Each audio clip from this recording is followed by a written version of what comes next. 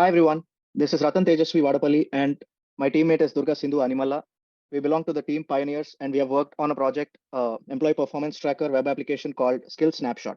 Coming to the scope of the project, this is a web application which is easy to use and helpful for both employees and managers of an organization to see how well their employees are doing in a particular project. This can be tracked by year and by project, and managers can share their feedback to the employees, and they can also help decide the salary hikes for the coming year. This helps managers get an idea of how well their employees are performing and can decide on future goals and future trajectory of the company performing as a whole. And this helps the organization plan its future. The tech stack which we have chosen is React.js for the front end, Node.js for the back end, and MySQL for the database.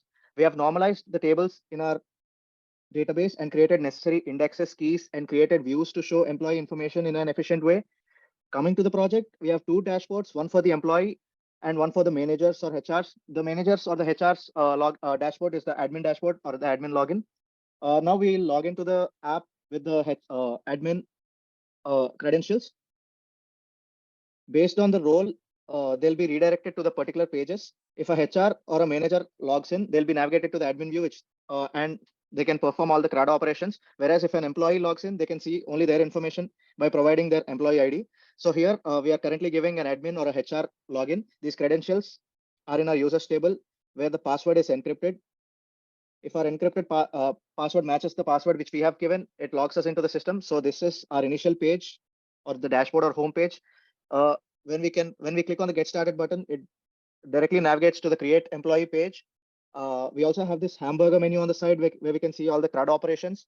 So now we are going to create an employee. So let us enter some employee details. So we are giving the employee name, employee email, selecting the year, projects which the employee has done,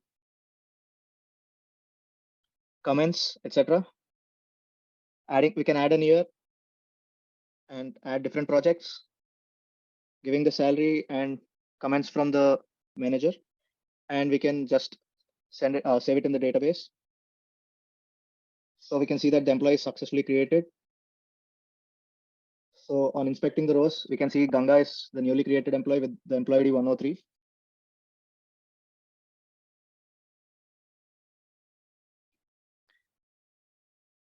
So once we create the employee, the next functionality is get employee by ID. So we have seen that Ganga's employee ID is 103.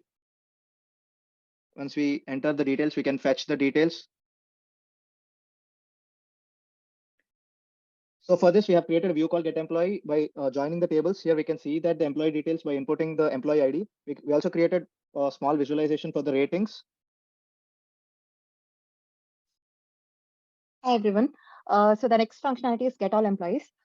Here we can see all our employees that are present and fetch all these details from the view that we have created, get employee details. And yeah. And the next functionality is update employee. So here when we need to input the employee ID to update the employee information. Based on the employee ID given, all the existing values will be pre-filled in the fields so that the manager and HR knows what is being updated, and we can update. Yeah. So once we click on the update, the employee details are updated. So once these are changed, the respective tables data will store the altered data.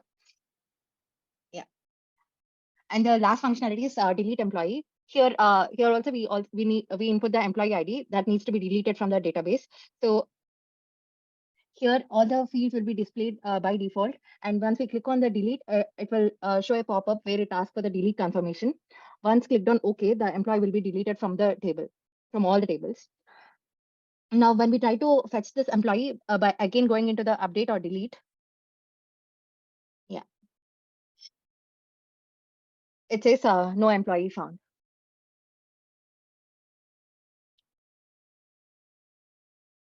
So this is all regarding the admin view. I'm logging out here and signing in as an employee. Here, I only have access to get employee information.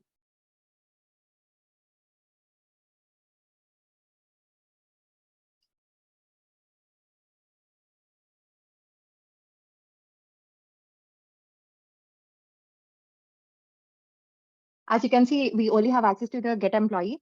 Here we also need to input the employee ID to get the employee details. Yeah. So these are our tables and views present in our DB. And this is all about our project. Thank you.